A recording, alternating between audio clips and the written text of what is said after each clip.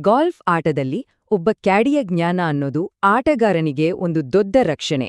ಯಾಕೆಂದ್ರೆ ಮೊದಲ ಶಾಟ್ ಹೊಡೆಯೋಕ್ಕೂ ಮುಂಚೆನೇ ಬೀಳಬಹುದಾದ ಪೆನಾಲ್ಟಿಗಳಿಂದ ಅವರನ್ನ ತಡೆಯೋದೇ ಕ್ಯಾಡಿಯ ಕೆಲ್ಸ. ಸರಿ, ಹಾಗಾದ್ರೆ ರೂಲ್ 5 ಬಗ್ಗೆ ನೋಡೋಣ. ಅಂದ್ರೆ ರೌಂಡ್ ಆಡೋದ್ರ ಬಗ್ಗೆ. ಇದ್ರಲ್ಲಿ ಒಬ್ಬ ಸ್ಮಾರ್ಟ್ ಕ್ಯಾಡಿ ಹೇಗೆ ಆಟಗಾರನಿಗೆ ಒಂದು ದೊಡ್ಡ ಅಡ್ವಾಂಟೇಜ್ ಕೊಡಬಹುದು ಅಂತ ತಿಳ್ಕೊಳ್ಳೋಣ. ಮೊದಲಿಗೆ ಪ್ರಾಕ್ಟೀಸ್ ಬಗ್ಗೆ ಒಂದು ತುಂಬಾ ಇಂಟ್ರೆಸ್ಟಿಂಗ್ ರೂಲ್ ಇದೆ. ಇದು ಕ್ಯಾಡಿಗೆ ಒಂದು ಸ್ಪೆಷಲ್ ಪವರ್ ಕೊಡುತ್ತೆ. ಹೇಳ್ಬೇಕು ಅಂದ್ರೆ ಇದೊಂದು ಸೀಕ್ರೆಟ್ ವೆಪನ್ ಇದ್ದಾಗೆ. ಒಂದು ಸ್ಟ್ರೋಕ್ ಪ್ಲೇ ಕಾಂಪಿಟಿಷನ್ ದಿನ, ಅಂದ್ರೆ ಪ್ರತಿಯೊಂದು ಶಾಟ್ ಕೂಡ ಕೌಂಟ್ ಆಗುವ ಮ್ಯಾಚ್ನಲ್ಲಿ ಪ್ಲೇಯರ್ಗೆ ಕೋರ್ಸ್ನಲ್ಲಿ ಪ್ರಾಕ್ಟೀಸ್ ಮಾಡೋಕೆ ಕೆಲವು ನಿರ್ಬಂಧಗಳಿರುತ್ತೆ. ಆದ್ರೆ ಇಂಟ್ರೆಸ್ಟಿಂಗ್ ವಿಷಯ ಏನಪ್ಪಾ ಅಂದ್ರೆ ಇದೇ ರೂಲ್ಸ್ ಕ್ಯಾಡಿಗೆ ಅಪ್ಲೈ ಆಗಲ್ಲ. ಸೊ ಈ ಅಡ್ವಾಂಟೇಜನ್ನ ಸರಿಯಾಗಿ ಬೆಳೆಸ್ಕೊಳ್ಬೇಕು. ಕೋರ್ಸ್ ವಾಕ್ ಮಾಡಿ ಪಿನ್ ಪೊಸಿಷನ್ಗಳು ಎಲ್ಲೆಲ್ಲಿದೆ ಅಂತ ಚೆಕ್ ಮಾಡಬೇಕು, ಮತ್ತೆ ಆ ದಿನದ ಕಂಡೀಷನ್ಸ್ ಹೇಗಿದೆ ಅಂತನೂ ಅರ್ಥ ಮಾಡ್ಕೋಬೇಕು. ಇದರಿಂದ ಆಟಗಾರನಿಗೆ ಒಂದು ಒಳ್ಳೆ ಆರಂಭ ಸಿಕ್ಕ ಹಾಗಾಗತ್ತೆ. ಸರಿ, ಈಗ ಮತ್ತೊಂದು ಅತಿ ಮುಖ್ಯವಾದ ಜವಾಬ್ದಾರಿಗೆ ಬರೋಣ. ಅದುವೇ ಟೀ ಟೈಮ್.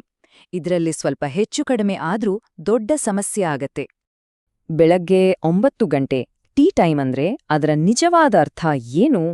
ಗಾಲ್ಫ್ ರೂಲ್ಸ್ ಪ್ರಕಾರ ಸ್ಟಾರ್ಟಿಂಗ್ ಟೈಮ್ ಅಂದ್ರೆ ಅದು ತುಂಬಾನೇ ಸ್ಟ್ರಿಕ್ಟ್. ಅಲ್ಲಿ ಚೌಕಾಸಿ ಮಾಡೋಕೆ ಚಾನ್ಸೇ ಇಲ್ಲ. 9 ಗಂಟೆ ಅಂದ್ರೆ ಕರೆಕ್ಟಾಗಿ 9 ಗಂಟೆ 0 ನಿಮಿಷ ಮತ್ತೆ 0 ಸೆಕೆಂಡ್ಗೆ ಪ್ಲೇಯರ್ ಆಡಲು ರೆಡಿ ಇರಬೇಕು ಅಂತ ಅರ್ಥ. 1 ಸೆಕೆಂಡ್ ಆಚೆ ಈಚೆ ಆಗೋ ಹಾಗಿಲ್ಲ. ಹಾಗಾದ್ರೆ ಲೇಟ್ ಆದ್ರೆ ಏನಾಗುತ್ತೆ ನೋಡಿ. 5 ನಿಮಿಷದ ಒಳಗೆ ಲೇಟ್ ಆದ್ರೆ ಪ್ಲೇಯರ್ಗೆ ಮೊದಲನೇ ಹೋಲ್ನಲ್ಲೇ ಜನರಲ್ ಪೆನಾಲ್ಟಿ ಬೀಳುತ್ತೆ. ಅದೇನಾದ್ರೂ 5 ನಿಮಿಷಕ್ಕಿಂತ ಜಾಸ್ತಿ ಲೇಟ್ ಆದ್ರೆ ಪ್ಲೇಯರ್ ಡಿಸ್ಕ್ವಾಲಿಫೈ ಆಗ್ತಾರೆ ಅಷ್ಟೇ. ಸರಿ, ಈಗ ಕೊನೆಯ ಸೆಟಪ್ ರೂಲ್.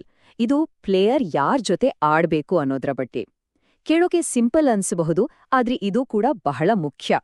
ಸ್ಟ್ರೋಕ್ ಪ್ಲೇಯಲ್ಲಿ ಕಮಿಟಿ ಯಾವ ಗ್ರೂಪ್ ಫಿಕ್ಸ್ ಮಾಡಿರುತ್ತೋ ಆಟಗಾರರು ಅದೇ ಗ್ರೂಪ್ನಲ್ಲೇ ಇಡೀ ರೌಂಡ್ ಪೂರ್ತಿ ಆಡ್ಬೇಕು. ಕಮಿಟಿ ಪರ್ಮಿಷನ್ ಇಲ್ದೆ ಗ್ರೂಪ್ ಬದಲಾಯಿಸೋ ಹಾಗಿಲ್ಲ. ಇದನ್ನ ಖಚಿತಪಡಿಸ್ಕೊಳ್ಳೋದು ಕ್ಯಾಡಿಯ ಜವಾಬ್ದಾರಿ. ಈ ನಿಯಮವನ್ನ ಬ್ರೇಕ್ ಮಾಡಿದ್ರೆ ಏನಾಗುತ್ತೆ? Penalty, disqualification. ಹೌದು, ಬೇರೆ ಗ್ರೂಪ್ ಜೊತೆ ಆಡಿದ್ರೆ ನೇರವಾಗಿ ಆಟದಿಂದ ಹೊರಗೆ. ಹಾಗಾದ್ರೆ ಈ ಸ್ಟಾರ್ಟಿಂಗ್ ಟೈಮ್ ಪೆನಾಲ್ಟಿಗಳಿಗೆ ಕಾರಣವಾಗುವಂತಹ ಒಂದು ಕಾಮನ್ ಮಿಸ್ಟೇಕ್ ಯಾವುದು ಅಂತ ನೋಡೋಣವಾ? ಸಾಮಾನ್ಯವಾಗಿ ಆಗೋ ತಪ್ಪು ಅಂದ್ರೆ ಪ್ರಾಕ್ಟೀಸ್ ಗ್ರೀನ್ ಅಥವಾ ಕ್ಲಬ್ ಹೌಸ್ನಿಂದ ಸ್ಟಾರ್ಟಿಂಗ್ ಟೀಗೆ ಹೋಗೋಕೆ ಎಷ್ಟು ಸಮಯ ಬೇಕು ಅಂತ ಸರಿಯಾಗಿ ಅಂದಾಜು ಮಾಡದೇ ಇರೋದು. ಆಯ್ತು, ಹತ್ರದಲ್ಲೇ ಇದೆ ಅಂತ ಅನ್ಕೊಂಡ್ಬಿಡೋದು. ಇದಕ್ಕಾಗಿಯೇ ಒಬ್ಬ ಪ್ರೊಫೆಷನಲ್ ಕ್ಯಾಡಿ ಯಾವಾಗ್ಲೂ ಮೊದಲೇ ಪ್ಲಾನ್ ಮಾಡ್ಕೋತಾರೆ.